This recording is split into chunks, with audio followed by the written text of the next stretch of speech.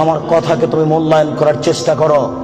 আমি তোমাকে পরামর্শ দিয়েছি, তোমার বাপের জমিদারি আছে, বড় ব্যবসা করো।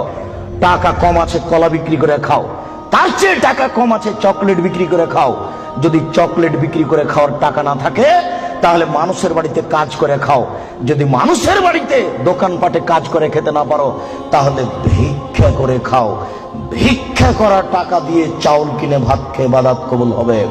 শোনো, আমি ভিক্ষা করতে বলিনি, এটা শেষ স্তর। ভিক্ষা করা টাকা দিয়ে চাউল কিনে ভাত খেয়ে ইবাদত কবুল হবে। শোনো, ভিক্ষা করা টাকা দিয়ে চাউল কিনে ভাত খেয়ে ইবাদত কবুল হবে। যৌতুকের টাকা দিয়ে চাউল কিনে ভাত খেয়ে ইবাদত কবুল হবে না।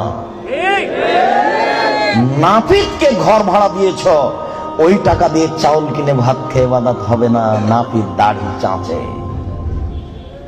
এদেশের কোন ব্যাংকে চাকরি করে সেই টাকা দিয়ে চাউল কিনে ভাত খেয়ে ইবাদত কবুল হবে না।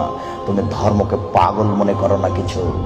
শোনো, কোন এনজিওতে চাকরি করে সেই টাকা দিয়ে চাউল কিনে ভাত খেয়ে ইবাদত কবুল হবে না। 1450 বছর পূর্বে তিনি বলেছেন।